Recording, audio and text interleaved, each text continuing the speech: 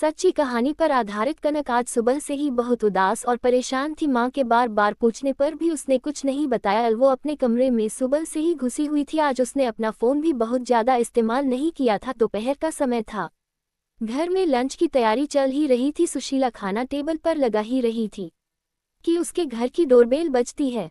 प्रेम, जरा देखना कौन है दरवाजे पर। मेरे हाथ में खाना है, सुशीला ने अपने बेटे से कहा। रुक प्रेम, मैं देखता हूँ, एल कहते हुए राकेश दरवाजे की ओर बढ़े। अरे प्रेमा जी, आप आइए आइए, अंदर आइए। मुस्कुराते हुए राकेश ने हाथ जोड़े और झुककर प्रेमा को अंदर आने को कहा ही था कि उनके पीछे सुशीला आ चुकी थी।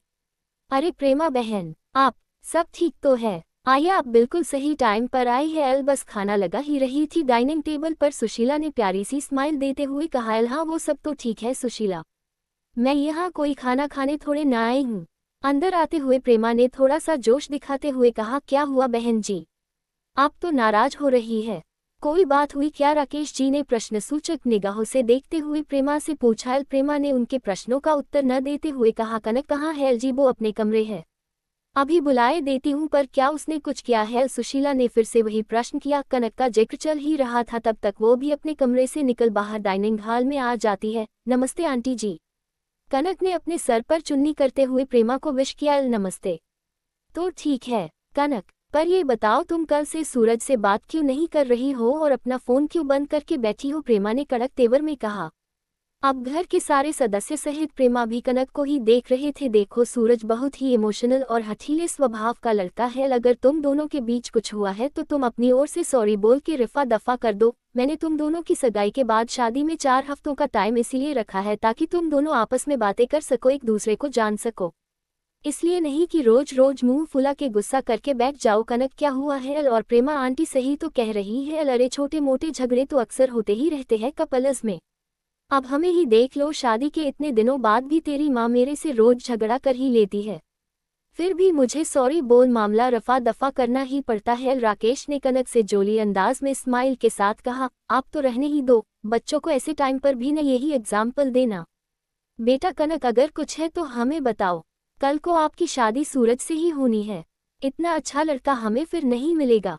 प्रेमा दीदी सही कह रही है। सुशीला ने भी कनक को समझाने की कोशिश की। कनक, हम तो अपनी दोनों फैमिली के भले के लिए कह रहे हैं। शादी के इनविटेशन कार्ड तक बढ़ चुके हैं, सारे रिलेटिव्स को पता चल चुका है। अब अगर कुछ होता है तो क्या कह के उन्हें मना करेंगे? ये हमारी दोनों फैमिली की नाक का सवाल है। और अब प्रेमा ने सुशीला की ओर देखा। सुशीला, मैंने तुम्हारी बात पर भरोसा करके अपनी दोस्ती को रिश्तेदारी में बदलने की कोशिश की, लेकिन ये कनक तो कल से सूरज को नाराज करके बैठी है। वो कह रहा है, अल्मा तुमने न जाने कैसी अनपढ़ टाइप की की ढूंढी है मेरे लिए। अब तू तो जानती है सुशीला, मेरा सूरज बाहर पढ़ा लिखा है और ऊपर से थोड़ा हठीला है। अगर उसने एक बार मना कर दिया तो फिर अपने बापू की भी नहीं सुनेगा। अब तू देख ले, इसे उसे सॉरी बोल के मनाना तो पड़ेगा। अब कनक कुछ बोलती उससे फाय ही वहां पर बैठी कनक की छोटी बहन डॉली बोल पड़ी। दीदी क्यों सॉरी बोलेगी जब उनकी कोई गलती ही नहीं है? सॉरी तो आपको और आपके बेटे सूरज को बोलना चाहिए।